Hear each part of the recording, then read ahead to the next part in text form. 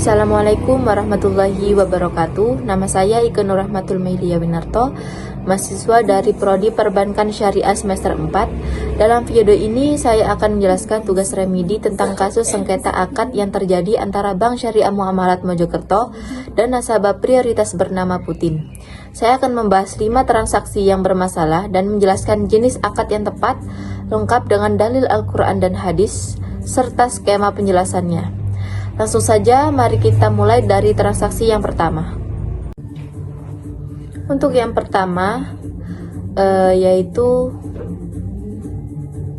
fakta kasusnya. Soal pertama, Putin menerima dana 517 juta dari BSM untuk membeli mesin Batako dengan kewajiban mengembalikan dana pokok plus margin dalam waktu 5 tahun. Kesalahannya disangka sebagai qard atau pinjaman biasa, padahal ini adalah murabahah, yakni jual beli dengan penambahan margin dan transparansi harga. Untuk dalilnya yaitu Bismillahirrahmanirrahim. Alladzina ya'kuluna riba la yakumuna illa kama yakumul ladzi yatakhabbatu syaitanu minal mas. Dzalika bi'annahum qalu innamal bay'u mithlur riba wa halallahu al-bay'a wa harrama riba wa man ja'ahu maw'idatum mir rabbih fantaha falahu ma salaf wa amruhu ila Allah wa man 'adza fa ulaika ashabun nar hum fiha khalidun.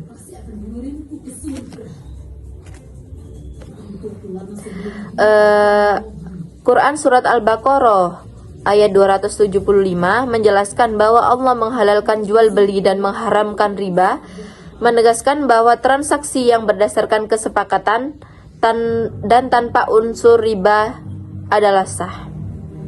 Selanjutnya dalil hadis an Abi Sa'idil Khudri radhiyallahu anna Rasulullah sallallahu alaihi wasallam wa ali innamal bay'u ana tardi. Hadis riwayat Al-Baihaqi dan Ibnu Majah dan dinilai sahih oleh Ibnu Hibban, menyebut bahwa jual beli harus dilakukan atas dasar kerelaan dua belah pihak, menegaskan prinsip transparansi dan keadilan. Karena BSM membeli mesin terlebih dahulu lalu menjual kepada nasabah dengan harga yang disepakati, maka ini bukan hutang melainkan akad murabahah. Selanjutnya yang kedua yaitu fakta kasusnya. BSM mentransfer 170 juta ke Donald atas rekomendasi Putin untuk membayar hutang istrinya. Kesalahannya disangka hibah atau bantuan, padahal ini adalah hiwalah atau pengalihan utang kepada pihak ketiga. Dalil Al-Qur'annya yaitu Bismillahirrahmanirrahim. Ya ayyuhalladzina amanu idza tadayantum bidainin ila ajalim musamma faktubuh wal yaktub bainakum katibun bil adli wala ya'ba katibun ay yaktuba kama 'allamahullahu falyaktub wal yumlilil ladzina 'alaihil haqqu wal yattaqillaha rabbu wala yabkhas minhu syai'a.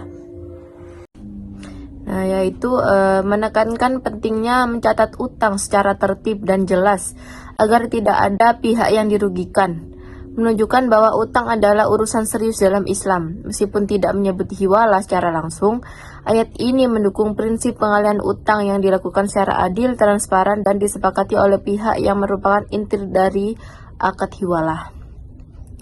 Terus hadis Bukhari nomor 2287 dan Muslim nomor 1564. Hadis Nabi menjelaskan bahwa jika utang seseorang dipindahkan kepada orang lain yang mampu membayar, maka hal itu boleh diterima. Yang menjadi dasar akad hiwalah yaitu pemindahan utang dari pihak pertama kepada pihak kedua yang sanggup membayar, sehingga pihak yang berpiutang tetap mendapatkan haknya tanpa dirugikan.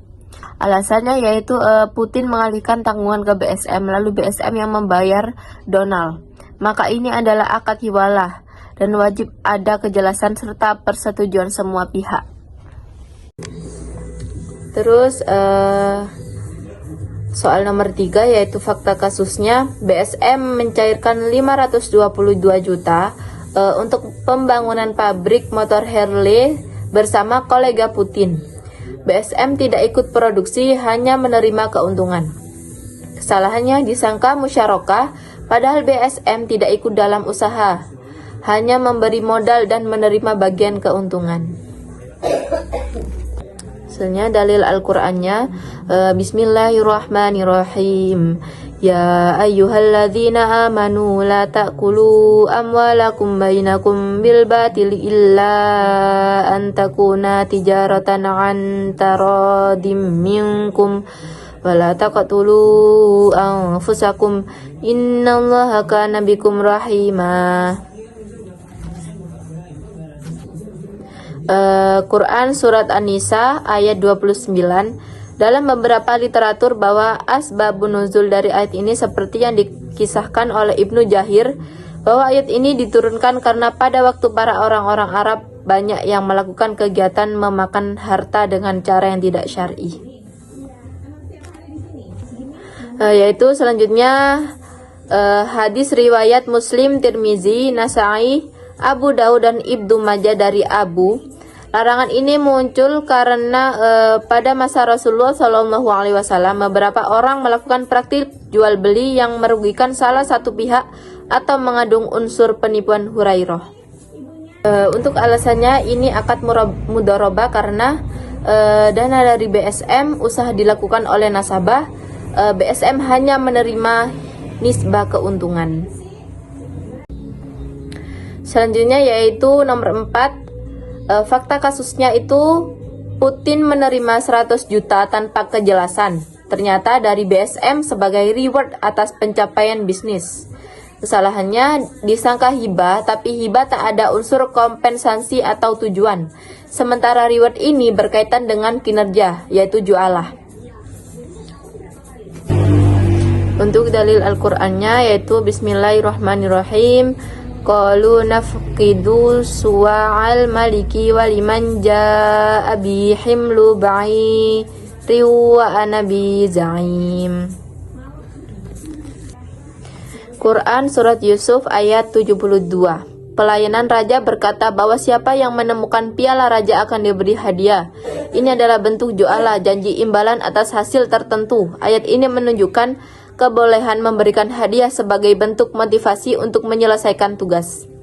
Terus selanjutnya yang di hadis riwayat Bukhari, sahabat Nabi meruqyah kepala suku yang disengat kalajengking dan dijanjikan imbalan berupa kambing. Nabi membolehkan mereka mengambil imbalan tersebut. Ini memperkuat kebolehan akad jualah, di mana seseorang diberi upah atas keberhasilan pekerjaan yang disepakati.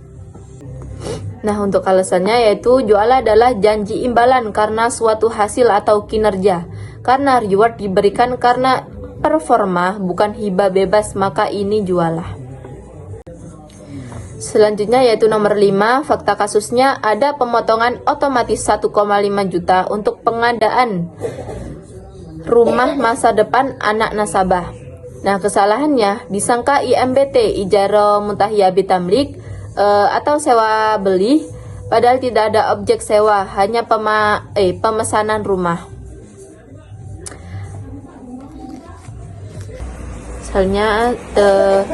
Selanjutnya ada dalil Al-Qur'an yaitu Bismillahirrahmanirrahim. Wala tu'tus sufaha amwalakumul lati ja'alallahu lakum qiyaman warzuquhum fiha waqsuhum wa qulu lahum qawlan ma'rufa. Yaitu Quran Surat An-Nisa ayat 5 mengatur bahwa harta tidak boleh dimakan secara batil kecuali melalui perdagangan yang dilandasi kerelaan. Selanjutnya yaitu hadis Nabi riwayat Tirmizi menyatakan bahwa akad damai atau kesepakatan boleh selama tidak menghalalkan yang haram dan sebaliknya, menegaskan kebebasan kontrak dengan batasan syariat. Nah, alasan di sini ini istisna karena yaitu pemesanan rumah masa depan, pembayaran bertahap, Tidak ada sewa, hanya proses pemesanan dan pembuatan. Untuk kesimpulannya, semua akad harus jelas, tidak boleh bercampur antara akad komersial dan sosial. Kesalahan pemahaman akad dapat menyebabkan fasad, yaitu rusaknya akad dan konflik hukum syariah. Untuk skema akad murabahah, yaitu BSM membeli terlebih dahulu mesin ke vendor, lalu menjual ke nasabah, yaitu Putin, dengan harga pokok dan margin. Putin mencicil selama 5 tahun, terus ini bukan utang biasa tapi akad jual beli. Selanjutnya yaitu skema akad hiwalah. Putin mengalihkan tanggungan istrinya ke bank. Terus BSM menyetujui dan membayar langsung ke Donald. Selanjutnya ini pengalihan hutang, yaitu akad hiwalah. Harus ada kesepakatan dan kejelasan hukum. Selanjutnya yaitu skema akad mudorobah. BSM memberi modal penuh, tidak ikut kerja atau usaha. Terus Putin dan kolega yang mengelola usaha, dan keuntungan dibagi sesuai nisbah, akad mudorobah.